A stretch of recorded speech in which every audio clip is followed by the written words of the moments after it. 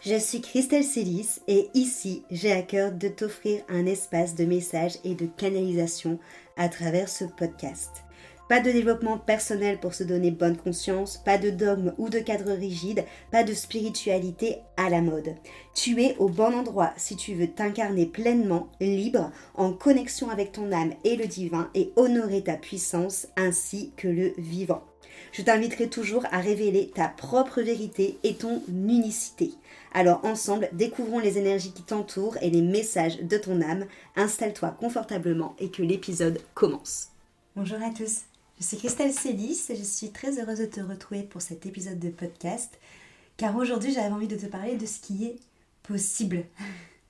J'avais envie de te parler de ça parce que ça m'arrive très souvent d'échanger avec d'autres personnes qui sont thérapeutes ou des personnes qui viennent juste de se lancer ou qui ont envie de devenir thérapeute. Et là, je vais surtout parler des personnes qui viennent juste de se lancer ou qui sont déjà thérapeutes depuis quelque temps. Et c'est possible, c'est possible d'être un thérapeute qui vit pleinement de son activité. C'est possible d'être un thérapeute qui n'a plus d'angoisse par rapport à son activité.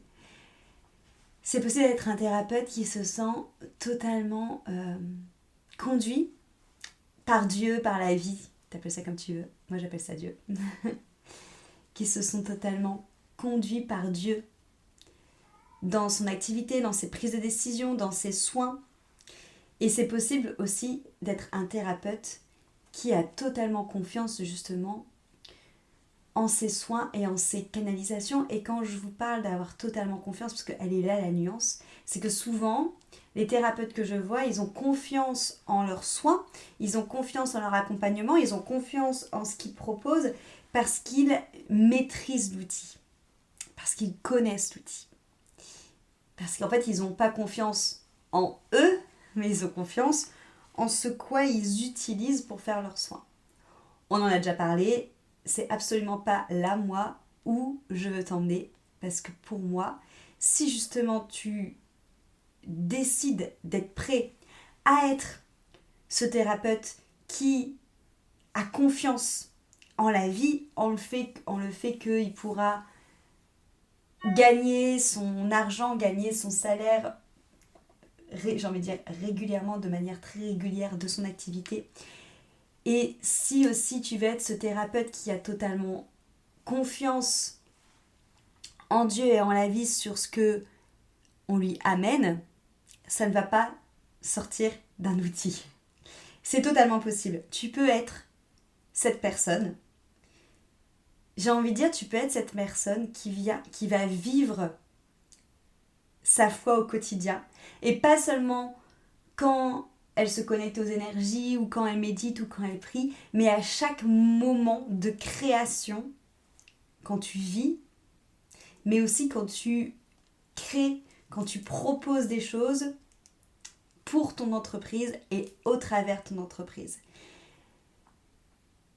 La différence en fait entre les thérapeutes qui vont avoir du succès mais pas un succès régulier, qui vont tout le temps être à se demander comment ça va se passer le mois prochain, à avoir des pertes de créativité, des pertes de foi, des pertes d'élan. La différence entre ces thérapeutes-là et des thérapeutes qui ont toujours cette abondance, ce succès au rendez-vous, qui sont toujours dans une foi inébranlable, dans une joie, dans une créativité inépuisable. Des thérapeutes qui sont en sécurité, et on va pas se mentir, pour être en sécurité, pour pouvoir vendre depuis un espace où on se sent en sécurité et où on se sent dans cette dynamique de je propose quelque chose aux personnes qui me consultent pour l'aider. Et non pas je propose quelque chose aux personnes qui me consultent pour l'aider, certes, mais aussi parce que ça fait je ne sais pas combien de temps que je n'ai pas vendu et ce mois-ci il faut que je fasse tel chiffre d'affaires, donc il faut à tout prix que tu me prennes mon offre. Tu te rends bien compte que ça ne sort pas du tout du même espace. Et pour être du coup ce thérapeute qui est juste dans cette notion de je te propose une offre parce que je sais fondamentalement que ça va t'aider.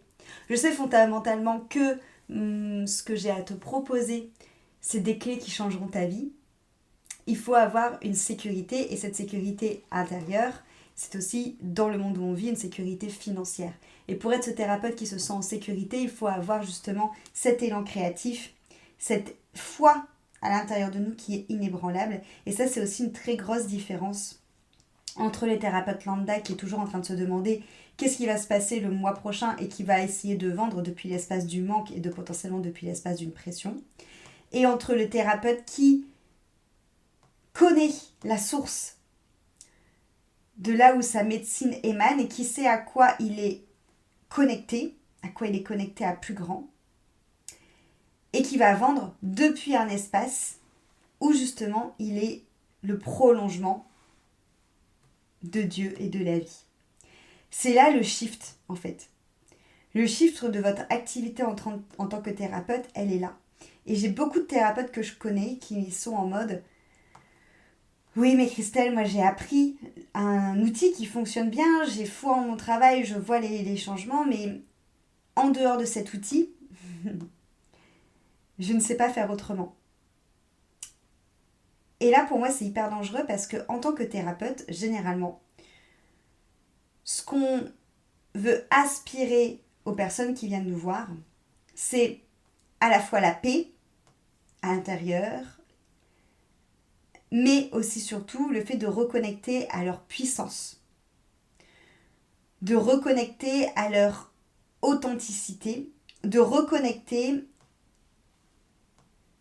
à ce qui les rend uniques à l'intérieur d'eux. Et explique-moi comment est-ce que tu peux faire ça si toi-même, tu n'as pas conscience de ta propre puissance parce que tu réduis ta puissance à un outil.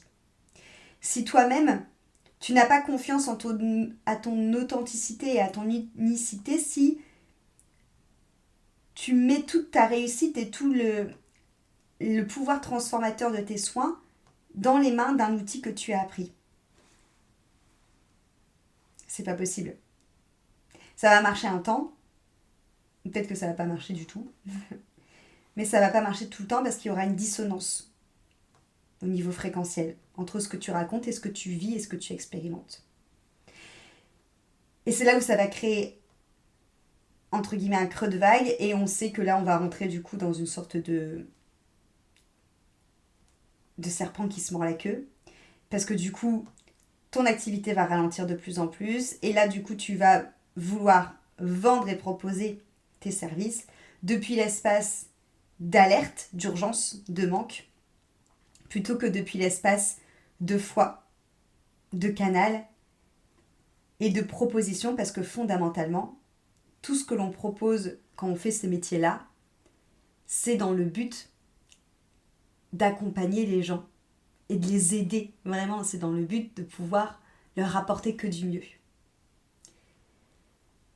Et ça, c'est vraiment un shift de positionnement pour sortir d'un thérapeute qui est restreint et formaté par ses outils et devenir un thérapeute canal et devenir un thérapeute outil de Dieu, au service de Dieu, au service du vivant.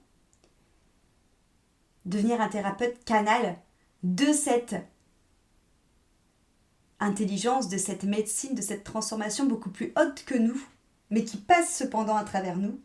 Et nos outils dans lesquels tu t'es formé, c'est juste, comme j'aime dire, des sentiers qui nous amènent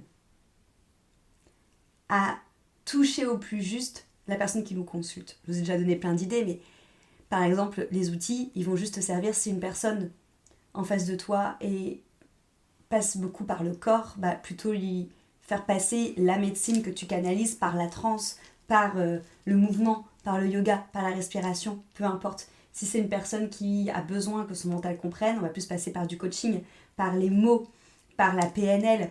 Si c'est une personne qui a besoin justement au contraire de couper totalement de mental, on va plus passer par le vibratoire ou l'énergétique. Bref, les outils, ils vous servent en fait à être le connectique qui va vous permettre de venir toucher directement la personne qui vient vous consulter, mais c'est pas ce qui vous identifie en tant que thérapeute, c'est pas ce qui limite votre puissance et le pouvoir transformateur de vos soins et de vos accompagnements. Parce qu'en fait, vos soins, vos accompagnements, c'est beaucoup plus grand que ce que vous imaginez encore aujourd'hui. Moi, pour l'avoir vécu, aujourd'hui, je canalise des soins que je n'avais même pas conscience que je pouvais les canaliser parce que je travaille même pas, parce que j'ai décidé de lâcher totalement et de devenir canal de Dieu. Et finalement, je sais à chaque fois ce que je fais, mais à chaque fois, quand ça infuse en moi, je me dis, tiens, je savais pas le faire ça avant. Oui, ma tête ne savait pas le faire. Mais Dieu, comme je suis totalement à son service, comme je suis totalement au service du vivant, me permet de pouvoir faire des soins qui sont réellement transformateurs, qui mettent réellement des changements dans la matière. Cette même foi qui a fait que aujourd'hui je suis vraiment au service de Dieu et du vivant dans mes soins, cette même foi fait aussi que je suis totalement guidée dans mon entreprise par ces élans-là. Et que du coup, il n'y a plus de peur, il n'y a plus d'agissement depuis l'état de manque, il n'y a plus d'agissement depuis l'état d'urgence, il n'y a plus d'agissement depuis l'état d'alerte. Il y a juste un agissement depuis l'état d'élan du cœur. D'élan de ce que le divin m'amène sur mon chemin. Parce que je suis ce plan divin. Et ce shift-là que je te propose de faire dans Transmission, si tu es thérapeute et si tu veux vraiment créer une activité qui soit le prolongement de ton âme et si tu veux vraiment connecter avec cette médecine qui va émaner de toi et pas juste qui est restreinte à un outil. Donc si ça t'intéresse, tu as jusqu'au 11 mai pour me rejoindre dans cette formation Transmission. Toutes les informations sont dans le descriptif de ce podcast. Et afin d'être sûr que tu en es rendu à cette formation et pour être sûr que c'est un match énergétique aussi entre toi et moi, pour t'inscrire, tu es obligé de prendre un appel entretien avec moi, donc un rendez-vous téléphonique pour qu'on échange et pour que je suis sûre que tu sois motivé et investi à recevoir cet enseignement. Merci beaucoup pour ton écoute et à très vite dans un prochain épisode. Cet épisode t'a plu, pense à lui laisser une jolie note sur ta plateforme d'écoute de ton choix et aussi de le partager aux personnes à qui il pourrait être utile.